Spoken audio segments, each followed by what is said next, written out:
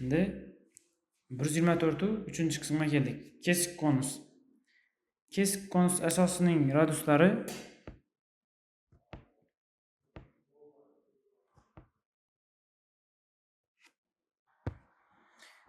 bu yer yerga teng. Pastki asosi esa 3 yerga teng. Agar uning balandligi 2 yer bo'lsa, konusning hajmini toping. Demak, v teng 1/3 pi ko'paygan h qovus ichida r1 ning kvadrati plus r1 r2 plus r2 ning kvadrati degan formula orqali topamiz.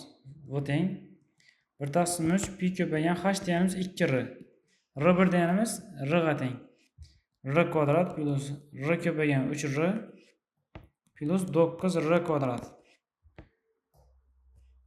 2 pi r taqsim 3 ko'paygan r kvadratga 3r kvadrat qo'shsam 4r kvadrat, 9r kvadrat qo'shsam 13r kvadrat taqsim 13r kvadratning o'zi.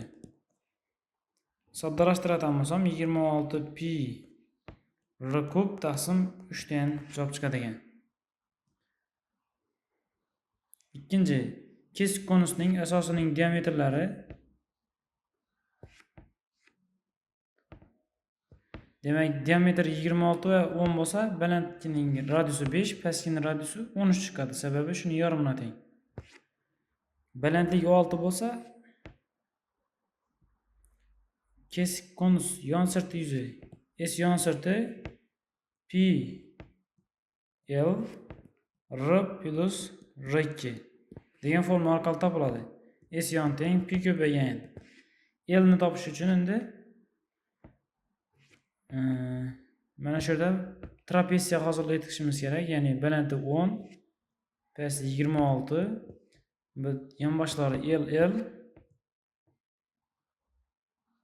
balandligi 10, pasti 26. Bu yer L, bu yer ham L. Balandligi 6, bu yer ham 6. Demak, bu yer 10 bo'lsa, bu yer ham 10 bo'ladi. Keyin bu yoqlari esa 8 dan bo'ladi. Demak, yasovchisi 10 ga teng ekan. Bu yer 6, bu yer 8 bo'lsa, yasovchi 10 bo'ladi. Demak, yasovchini o'rnidan 10 qo'yaman. R1 dan o'rnidan 5, R2 ni o'rnidan esa 13 qo'yaman. 18 bo'ladidan 180 pi degan javob chiqadi ekan. Uchinchi misolimiz ABCD trapeziyaning AD tomoni AB va ADC tomoniga perpendikulyar. AD tomoni shu AD tomoni AB va DC ga perpendikulyar bo'lsa, shunday ma'lumotlar bor. Shu trapeziyaning AD tomoni atrofida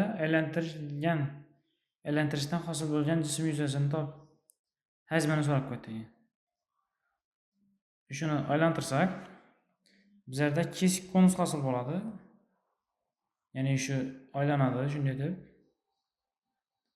deb aylanadi. Keyin bu yerni tutashtirib bersam, bu yeri 3 bo'ladi, bu yeri 7 bo'ladi.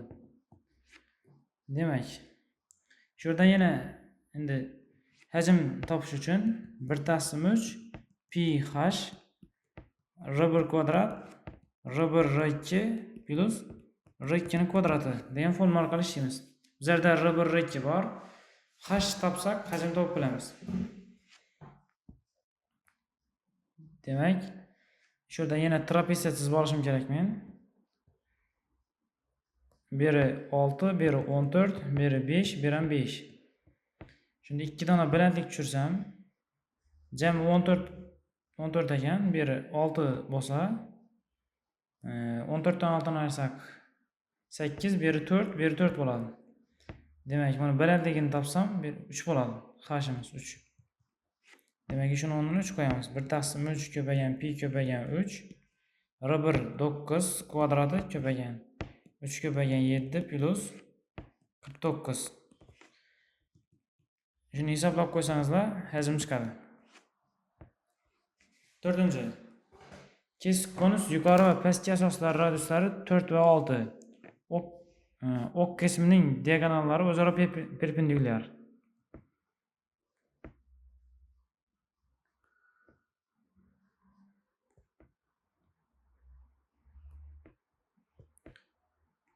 Demak, radiuslar 4 bo'lsa, diametr 8, 6 bo'lsa 12 bo'ladi pasi.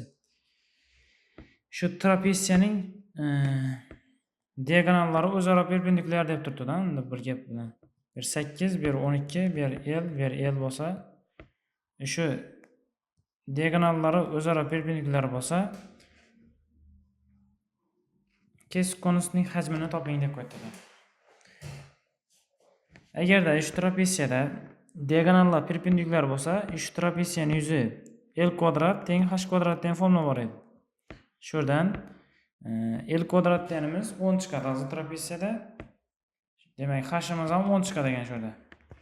Hajmini topsak 1/3 pi ko'paygan 10, ya'ni h r1 ning kvadrati 16 plus r1 24 plus r2 ning kvadrati 36.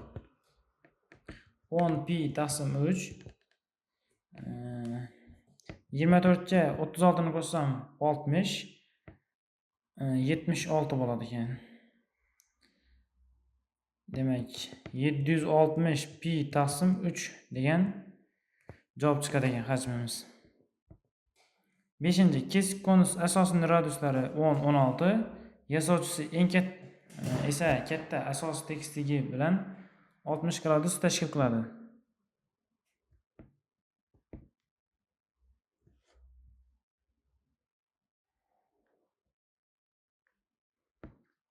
Radiuslar 10, 16.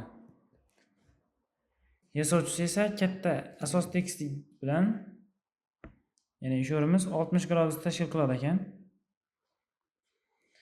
Kesik konus to'la sirtini yuzasini toping deb qo'ydi. Demak, yana trapeziya hosil bo'ladi bu yerda. Beri 32, balandimiz 20. Bellarimiz 60 gradusdan.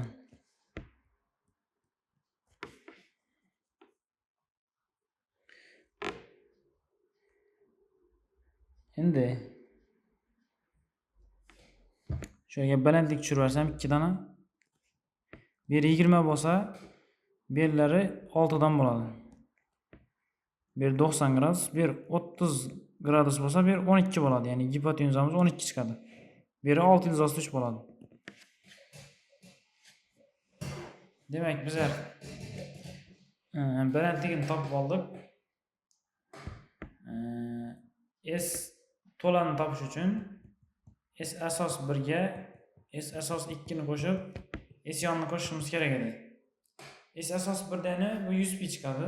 100 pi plus S asos 2 dani 256 pi chiqadi. Plus S asos 3 dani endi S yon deyishim. S yon dani pi ko'paygan L dan 12 ko'paygan R1 plus R2. 26 chiqadi ekan. Shuni hisoblab qo'ysangizlar to'la sirti chiqadi yuzasi. 6.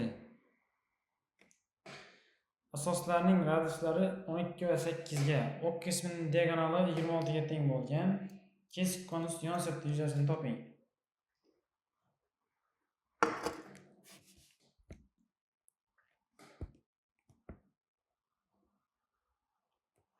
Radiuslari 8 va 12 ga teng bo'lgan kesik konus bor. Beri 8, beri esa 12. Diagonal esa 26 ekan. Shuni yon sirti yuzasini topish kerak ekan. Demak, yana trapeziya hosil qilamiz. Ya'ni asosining radiusi 12 bo'lsa, diametri 24 bo'ladi. Balandligi 16 bo'ladi. Beri 26 bo'lsa,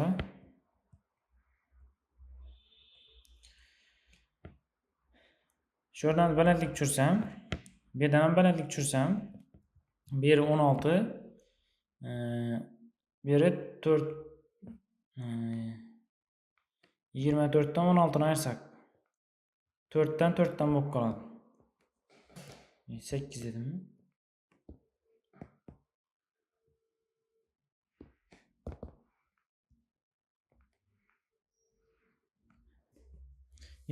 dan 16 ni ayiramiz. 8 demak 4 dan bo'ladi. 4 dan bir ham 4 dan bo'ladi. Endi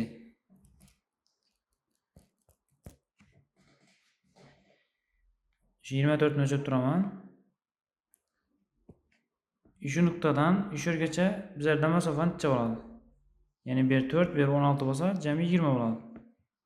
Demak, bu yer 26, bu yer 20 bo'lsa, bu yer h desam, h ni topish uchun Pifagordan h kvadrat teng 26 ni kvadratidan 20 ni kvadratini ayiraman. H kvadrat deyamiz, 6 ko'paygan 46 bo'ladi. Endi mana yon sirtini topishim uchun L kerak edi. Endi chap tarafdagi uchburchakdan Pifagor qo'llayman. L kvadrat teng h kvadrat plus 16. L kvadrat teng 6 ko'paygan 46 plus 16. Demak, L ni topsam, ildiz ostida 292 chiqar ekan. Endi S yonni topish uchun pi ko'paygan L deymiz. Ildiz ostida 292 radius 1 plus radius 2 bo'ladi 20 bo'ladi. Javobimiz 3 ko'rinishda qoladi.